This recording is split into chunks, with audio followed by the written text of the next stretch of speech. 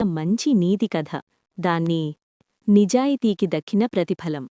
ఒకరోజు ఒక ఆవు అడవిలో మేతకు వెళ్ళింది. తాను తృప్తిగా గడ్డిమేసి ఇంటికి వెళ్లి తన పిల్లలకు పాలివ్వాలని అనుకుంది. అలా అడవిలో మేస్తూ ఉండగా ఆకలితో ఉన్న ఒక పులి ఆవుకు ఎదురుపడింది. పులి ఆవును తినాలని ప్రయత్నించింది. అప్పుడు ఆవు వినయంగా పులితో ఇలా వేడుకుంది: మిత్రమా, దయచేసి నన్ను ఇప్పుడే తినవద్దు. నా పిల్లలు ఇంటివద్ద ఆకలితో నాకోసం ఎదురుచూస్తున్నారు. నేను వెళ్ళి వారికి పాలిచ్చి మళ్ళీ నీ దగ్గరకు వస్తాను. పులి ఆశ్చర్యపోయి, సరే, కాని నువ్వు తిరిగి రావాలి, నేను ఆకలితో ఉన్నాను అన్నది. ఆవు నిజాయితీగా మాటిచ్చింది. ఇంటికి వెళ్లి తన పిల్లలకు కడుపునిండా పాలిచ్చింది. పిల్లల్ని చూసి మనసు కలచిపోయినా ఇచ్చిన మాటను గుర్తుచేసుకుని తిరిగి అడవికి వెళ్ళింది.